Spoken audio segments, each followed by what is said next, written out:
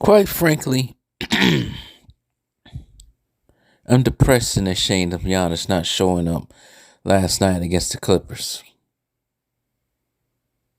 Everybody for the Clippers, with the exception of Russell Westbrook, who I think had surgery yesterday on his hand, fractured hand, showed up to play last night against the Bucks, and he doesn't play. Achilles injury.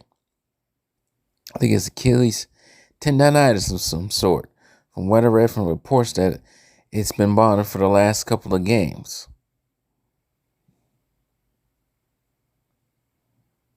So it makes the difference between the players of the past and the players of today. But it is what it is. As for last night's game, I am once again, quite frankly, depressed and ashamed that I didn't catch the comeback because other things took precedent instead. And I come back to see the Bucks win that game. I missed it. But I saw the highlights. And from what it looks like, Dame showed up, became Dame time. And not only that, Bobby Portis contributed big time. He realized there's no Giannis. This is my time to shine. So I'm going to shine. And I'm going to have to say Patrick Beverly makes a big difference.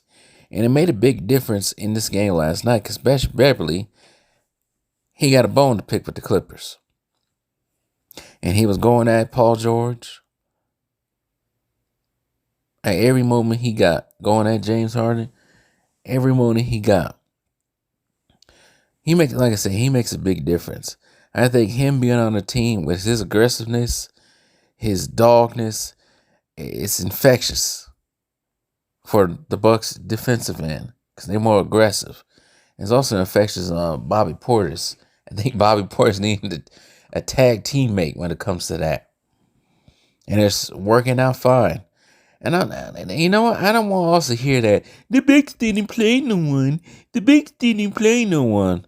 In their 6-game winning streak, with the exception of the terrible Hornets and Bulls, they have played playoff teams in the 76ers, Minnesota Timberwolves, and now the Los Angeles Clippers. So it counts for something.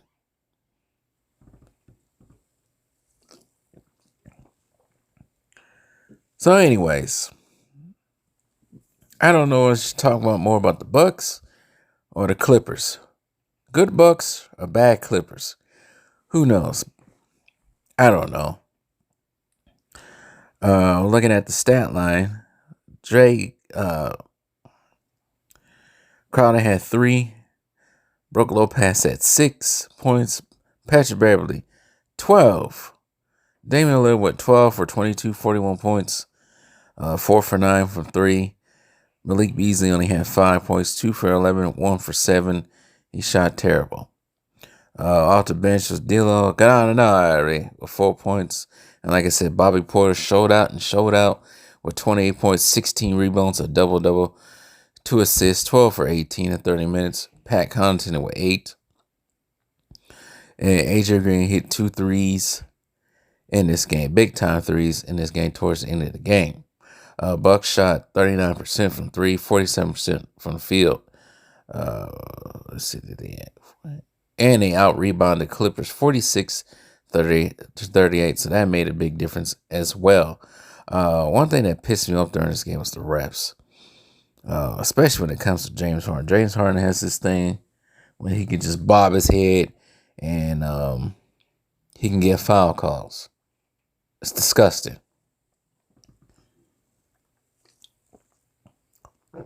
Or Dame actually kind of does the same thing, but he wasn't getting anything.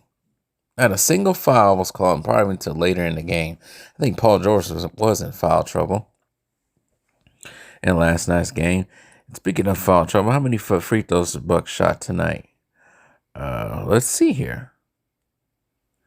The Bucks shot 28 free throws, 85% from the free throw line. Damian Lillard did go to the line 13 times.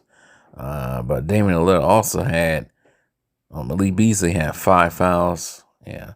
So even Bobby Portis had 4 fouls. As for the Clippers, Paul George and James Harden led all points with 29 points apiece.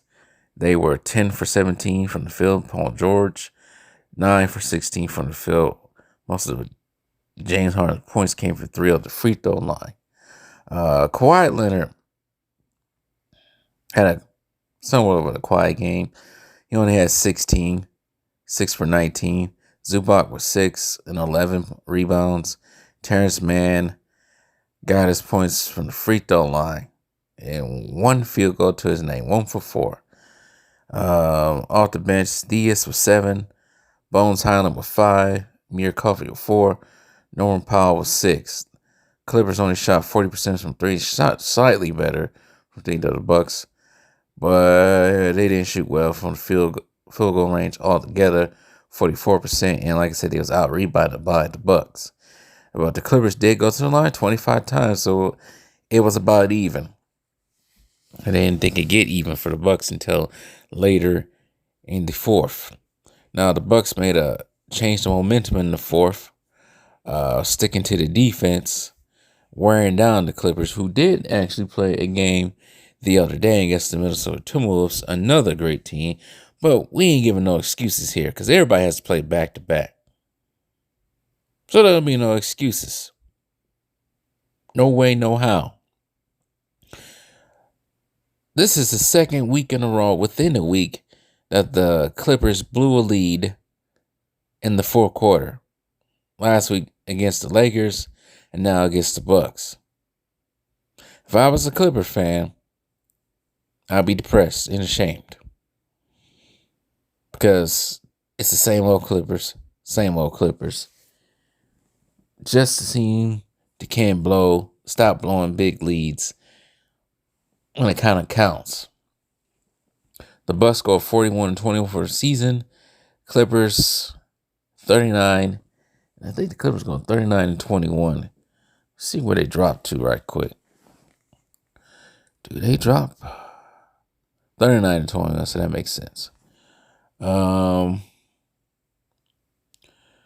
See here. I don't know what's going on with the Kings. They lost tonight against the Bulls. Not getting them.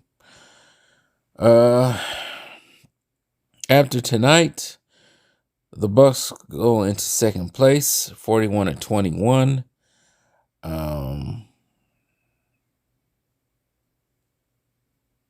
Winners of 6, 8-2 in their last 10 games. As Cleveland drops to third place after the loss against the Knicks on Sunday night. As for the Clippers, they stay in fourth because they're about 3 games ahead. No, excuse me, 6.5 games ahead of New Orleans. So they stick to their fourth spot, but they're 3 games back. Yeah, they're 3 games back behind Denver right now as it stands. The Lakers go up to the 9th spot after they win against OKC. But anyways, the Bucks are who we thought they were. Same old Clippers. Same old Clippers. The Bucks now go on the road to play, because I think they're going on their West Coast road trip to play the Warriors on Wednesday. Yes, it is Wednesday. And then they play Lakers, and they play this same Clippers team again on the 10th. As for the Clippers are concerned,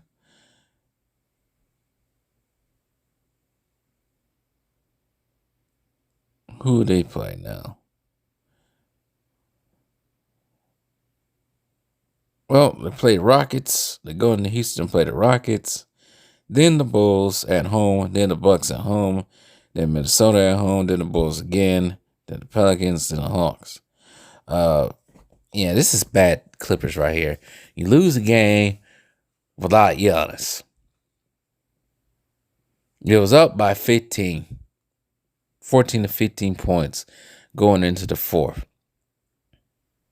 And you choke another lead. If I was a Clipper fan, I would not feel comfortable going to the playoffs with this team if they keep doing this. But anyways, I'm out.